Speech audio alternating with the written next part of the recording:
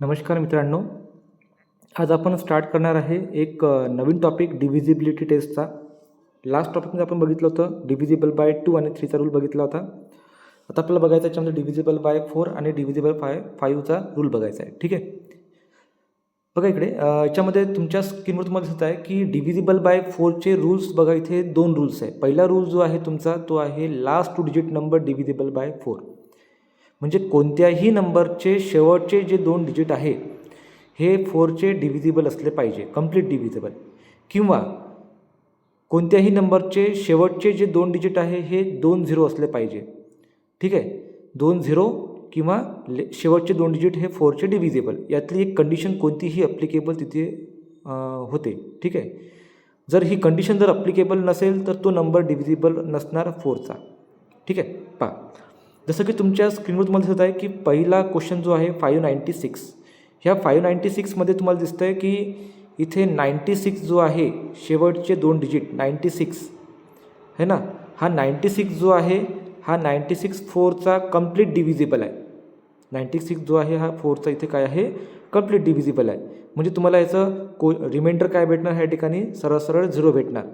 Question काळजी गरज नाही आहे, फक्त रिमाइंडर चेक करायचा आहे. ठीक आहे, रिमाइंडर 0 आला म्हणजे हा जो नंबर आहे 596, हा 596 जो आहे हा 4चा डिव्हिजिबल आहे.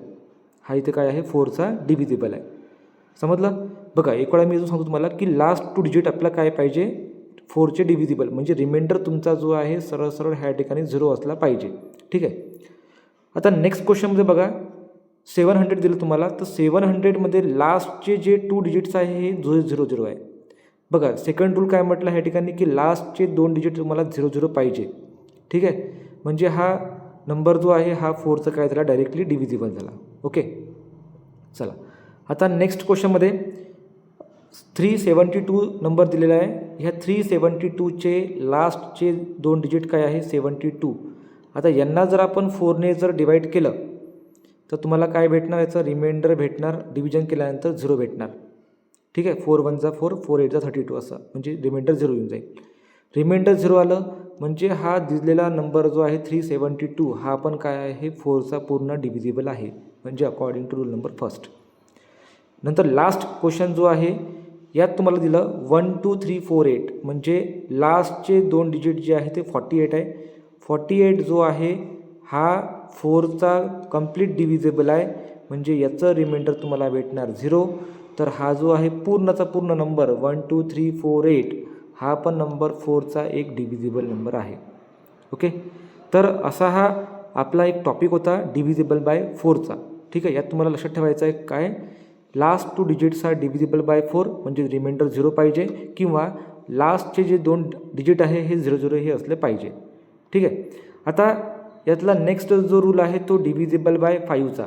डिव्हिजिबल बाय 5चा रूल काय असतो याच्यामध्ये की हा एकदम इझी रूल आहे, सिम्पल रूल आहे की last digit of number is 0 or 5. म्हणजे तुम्हाला शेवटचे जे 2 शेवटचा जो डिजिट जो आहे तो तुम्हाला एक तर 0 लागेल किंवा लागेल ह्या ठिकाणी 5 लागेल. म्हणजे एक कोणता पण 0 किंवा 5.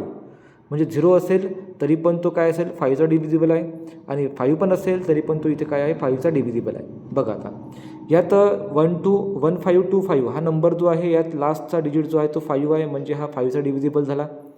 13050 यात लास्टचा डिजिट हा 0 आहे, हा पण 5चा डिव्हिजिबल झाला. बघा इथे रूलच्या अकॉर्डिंग. 8320 याचा पण लास्ट डिजिट हा 0 आहे, हा पण 5चा डिव्हिजिबल झाला. आणि शेवटचा क्वेश्चन जो आहे 4005 यात पण लास्ट डिजिट हा 5 आहे, म्हणजे हा पण इथे 5चा डिव्हिजिबल झाला. बघा तुम्ही जर ह्या क्वेश्चनला ऑब्झर्व केलं तर इथे काही नंबर 5ने एंड होत आहे, काही नंबर 0ने एंड होत आहे ना.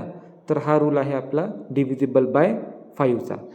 तर असा हा आपला एक व्हिडिओ होता डिव्हिजिबिलिटी टेस्टचा 4 आणि 5 डिव्हिजिबलचा. ठीक आहे, जर तुम्हाला हा व्हिडिओ आवडला असेल तर प्लीज ह्या व्हिडिओला लाईक, शेअर आणि सबस्क्राईब करायला विसरू नका. आणि हो, प्रत्येक व्हिडिओचा स्क्रीनशॉट घ्यायला पण विसरू नका, म्हणजे तुमच्याकडे एक डेटा राहील की आपण ह्या गोष्टी कशा केलेल्या आहे. तसे आपले व्हिडिओ तर राहणारच आहे यूट्यूबवर, तुम्ही याला कधी पण बघू शकता. ओके, तर असा हा आपला व्हिडिओ होता. एक नवीन व्हिडिओ घेऊन आपण येऊ नेक्स्ट लेक्चरमध्ये. थँक्यू.